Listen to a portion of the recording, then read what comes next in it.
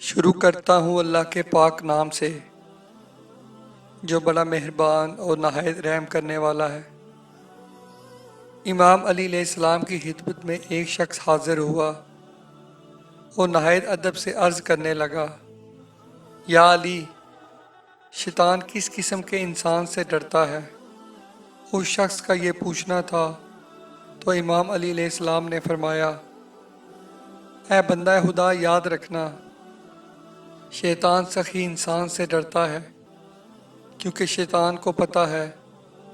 کہ اللہ تعالیٰ کو سخاوت بے انتہا پسند ہے۔ جب کوئی سخی انسان اپنی سخاوت سے اللہ کی مخلوق کی مدد کرتا ہے تو اللہ کی مخلوقات کے دل سے نکلی ہوئی دعا اس انسان کو اتنا بلند کرتی ہے کہ شیطان اس کے سامنے دن بدن حقیر بنتا جاتا ہے۔ امام علی علیہ السلام نے فرمایا، میں نے اللہ کے رسول صلی اللہ علیہ وآلہ وسلم سے سنا، قیامت کے دن وہ بندے جو دنیا میں سخاوت کرتے ہیں وہ الگ کھڑے ہوں گے اور فرشتے ان انسانوں کی زیارت کے منتظر ہوں گے اور ان کے چہرے نور کی طرح چمک رہے ہوں گے۔ اللہ تعالیٰ فخر سے کہے گا،